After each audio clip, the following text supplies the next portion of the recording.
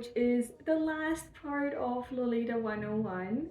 Um, Today we're going to talk about coding, how you can build a perfect or very like balanced coordinate, or and what kind of approaches you might have or might take in order to build your coordinates. The tips I'm going to give are again like my personal like thoughts and ways how I do things. It doesn't mean that that it would like be the only truth or only way, you know. So like you can take these as like advice or like guideline kinda to how to coordinate things or like how to build a coordinates. We're gonna go through different approaches to that and talk about colors and themes and maybe occasion as well, and other things that you might want to consider when building a coordinate. If you are a beginner and you don't really have a lot of things in your collection, that can be very frustrating. I understand that. I remember when I started Lolita, I was like, I want to buy this and I want to buy that, and I just bought blindly like a lot of different kinds of things that didn't really go together. So if you're watching this and you're still beginning in your like beginning journey, I would suggest that paying attention to the items that you already have is very important in building a like coherent wardrobe, I guess. Basically, when you start coordinating, you choose a dress. Well, okay. Um, this is one way you can build a coordinate. So you can choose a dress first. Either go by the main color of the dress or choose a like a detail color from the dress. This is probably how I build my coordinates usually, but there are other ways to do this too. This is usually quite universal advice. It's quite rare to mix colors that would not be in the dress, but it's not unheard of. It depends on what you're going for. An example of this kind of occasion where you wouldn't choose a color from the dress is when you are coordinating based on a fictional character, for example. I've seen Harry Potter inspired coordinates, and I actually also recently went to see the last Airbender like concert, and I dressed up as Toph. So Toph is this character here, and this is the coordinate that I built. It was really fun to kind of like break out of the like normal way of doing or like building coordinates, and I found it really refreshing to have like a model or like a guideline to kind of like, okay, this character has this kind of hair, how could I like achieve that kind of like, oh, and like in case of Toph, like she has these like pom-poms on her hair, and I didn't have pom-pom like hair clips, but I had pom-pom earrings, so I thought that okay, like it's close enough to the area where the like pom-poms would be, so that's why I chose the earrings, for example. Change the way how you approach things every now and then. It's really refreshing, though this is like quite hard when you are a beginner, so and you don't maybe have like very big collection of things, so that's why I would say it's like better for a bit more like, I don't know, advanced Lolita. There are a lot of like rule talks, so as a beginner Lolita, I would suggest that you follow the basic guidelines of Lolita to get the idea of what Lolita is about, and like understanding like how the colors match, how to build a proper coordinate and that kind of thing. There are some rules that I wouldn't necessarily like, I don't know, like for example the blouse rule. The blouse in Lolita is very essential, or like it is um, part of the aesthetic kinda, and it, like I talked about it in the historical influence part already a bit, but like I do think that if it's like if you live in, like I live in Montreal, it can get really really hot during the summer, and adding an extra layer underneath your clothes doesn't always feel like it's a good idea. um, so in that kind of like sense, I do understand like leaving out the blouse is okay, because like nobody wants you to get like heat stroke. I would say like when you are building a Lolita or like joining the Lolita community, your health comes first. Like health is like above all the rules. So if you have health issues or like some sort of like restrictions or like something that kind of like affects how you can wear things, um, that comes first. Like nobody can say anything to that. The next up is like the basic rules, kind of learning them, and then like if after you've learned those you can like break them and like blah blah blah, that kind of thing. So yeah, so you can either base your coordinate around the color, um, and for the themes of the coordinate or like different accessories that you can include are usually something that you base also around the theme of the dress. If you have a print dress, you can choose a theme in from that dress. Like for example, I'm currently wearing a strawberry dress, and strawberries on this dress are red, so I have added some like red cardigan and some like strawberry accessories, red accessories also on the ears or like earrings. I usually follow the theme of the dress.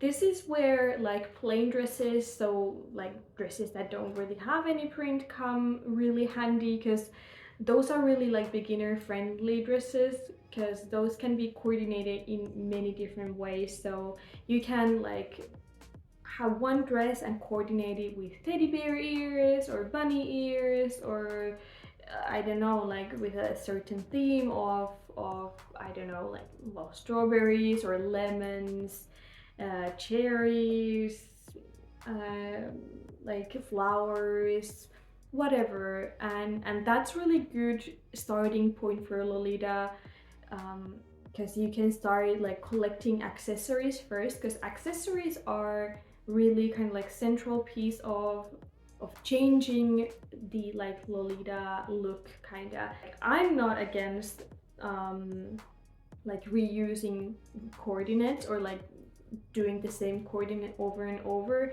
because if it works, like why not like use that idea and like I don't know, take advantage of it like fully. But if you want to kind of like change the like feeling from time to time, you could collect some accessories to kind of like change the like overall look or the theme.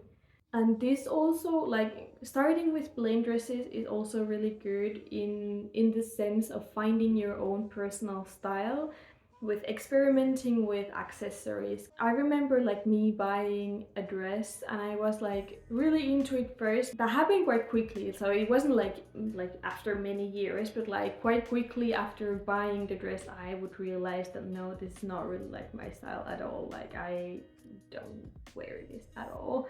Then there is also the theme of the occasion. So basically, if you are attending a tea party that has a theme, or like event that has a theme. For example, in Finland we had HelloCon, like the previous HelloCon was like Labyrinth of Dreams, and in the like event art or the like illustrations, there was like fairy, and a lot of people, me included, wore fairy or like some sort of like fantastical like coordinate, which was like really fun. And like you can turn or like twist Lolita into many different kinds of like themes depending on the occasion, which is the like change of accessories, or like I don't know, it's really fun to kind of look the details of a print on a dress and kind of like see or like figure out how could like a certain print go with um, certain occasions. So that's also one way.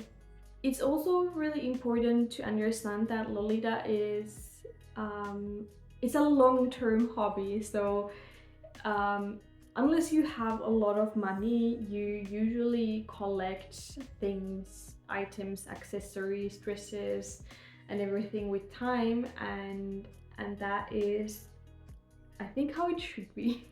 Investing in high quality items that might be a bit more expensive, but if you are really like certain about something, um, then I would say that it's like better to save some money and pay more than to kind of like buy something cheaper that is like something towards the idea that you're having.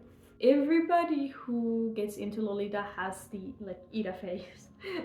So basically the time that they don't really like know what they're doing, or like they haven't really like found out or figured out their own style, or like I don't know, trained their eye for the aesthetic of Lolita, and that comes with time. So just be patient.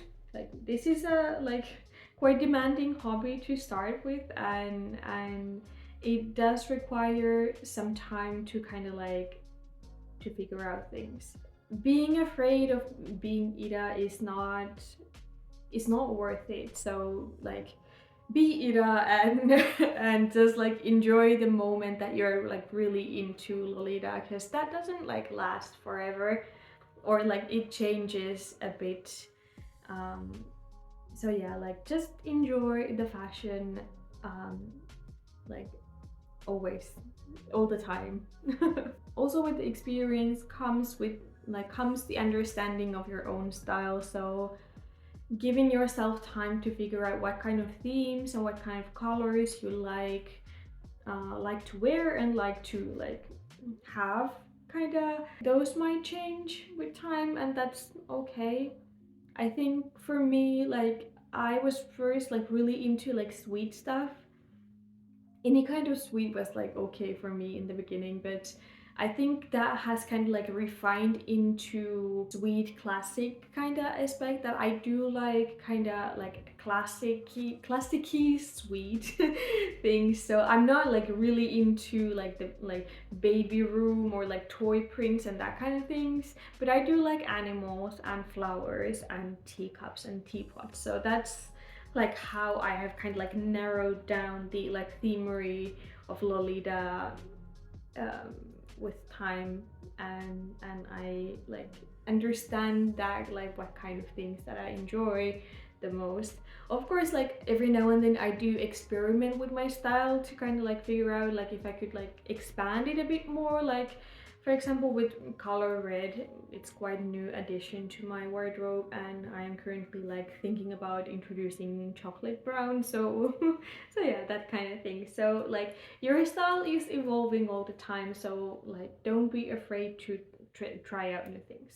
Then there is like I don't want to say it's controversial, but it's like quite, it's maybe a hot take kind of, that I think people should do more, is appreciating pieces just by looking at them but not owning them. So what I mean by this is that sometimes there are dresses that are really pretty, but you don't necessarily need everything that you think is pretty. And I think it's a really like rich thing, or like um it's a richness to appreciate somebody else's coordinate or somebody else's like dresses, what they have, and not like being kind of like jealous of it, or like being like greedy, like I want that too, or like that kind of thing. So I think people could, I don't know, like just appreciate the beauty of Lolita fashion, not by like the consumerism or consumeristic way. Because Lolita has a lot of different kinds of prints, I do think like everybody has a dream dress. I think currently I only have one dream dress that I like from a brand that I would really like to get at some point, but like otherwise I don't really have anything. I don't need anything. I'm really content with my wardrobe right now. Of course, like I love to sew, so I will like come up with new accessories and everything like that, but dream dress wise, I'm like really happy and really like, I don't know, like I don't want to say I'm done, but like I am quite content right now. Anyway, like with the dream dresses, just understand, be patient, like I've said like a million times already. But like just play on the long run. The dream dresses will come, and you will eventually get them, and just like chill. I feel like the longer I've um, dressed up in Lolita, the more, like, of course, like more refined my style has gotten. So I do know what kind of things that I like. I know what kind of things I like, but sometimes it's really nice to go to social media and just look somebody else's coordinate and like see how they have coordinated a certain piece, or like overall how they build their coordinates. You can go into their profile and check like how they do their coordinating, and learning from that, and also like taking inspiration from that is like really nice. And I don't think like copying somebody's coordinate, I don't like personally think it's like insulting in any way. It's not like stealing ideas, but I would take it as a compliment, kind of like that somebody like appreciates or like my coordinate as much that they wanted to kind of like recreate it. And yeah, like I think that would be really neat if somebody did that to my coordinate sometime or like someday. You can just search with the like hashtag with the like name of the print, for example, to see like if other people have coordinated or like tagged the dress or like the print onto their posts, and see how they have coordinated the thing or like the dress. That's about the video. That's about like all the tips for coordinating that I have. If you have different kinds of method for like building your coordinate, let me know in the comment section. I would be interested in hearing how other people build their coordinates, and like any kinds of thoughts are welcome in the comments. And yeah, I'm kind of sad that the Lolita 101 like series is now ending, but I hope you enjoyed this series. I really like to like build content that had like a specific kind of like purpose, like on long term or like long running theme kind of. It was really like fun. Sometimes it was a bit overwhelming and I was feeling like, "Ah, I don't want to do this." Because these are a lot of work, like adding pictures and editing the footage and everything. It can be like quite tiring sometimes. So but I'm really happy with everything that I've been talking so far, and I have learned new things myself too, which is like really nice and welcome. And yeah, like I'm really happy about everything about like this series, and I hope you like this too. And let me know if you have any like ideas for future videos, or like something that you would like to hear me talk about in the comment section yet again. But anyway, thank you so much for watching this series, and we will see you next time in my next video. Thank you and bye.